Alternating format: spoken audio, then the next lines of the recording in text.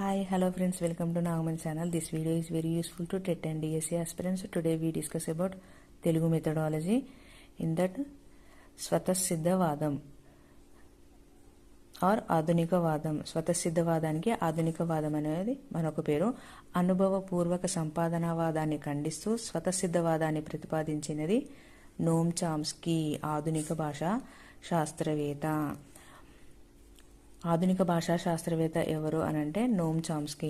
భాషా వికాసన సిద్ధాంతాన్ని ప్రతిపాదించిన వారు చామ్స్కీ. చామ్స్కీ విప్లవాత్మక ప్రతిపాదన.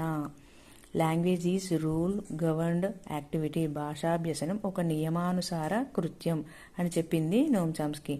భాష జన్మతః అలవడుతుందని, అనుభవాలు కేవలం భావ ఉద్దీపనాన్ని కలిగిస్తాయని నోమ్ చామ్స్కీ వాదించాడు. భాష మానవుని ఒక సహజాతం అని చెప్పే వాదం స్వతసిద్ధవాదం.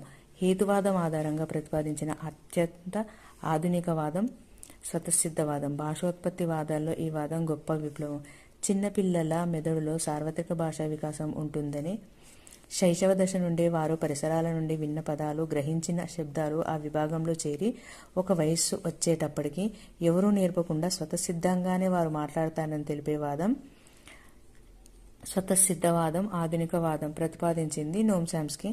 4 నుంచి 5 సంవత్సరాలలో గల పిల్లలకు తగిన పరిసరాలు తోడైతే 3 నుంచి 4 భాషలైనా సులువుగా మాట్లాడతారని చామ్స్కీ సాక్ష్యాధారాలతో నిరూపించారు. Thanks for watching. Please subscribe.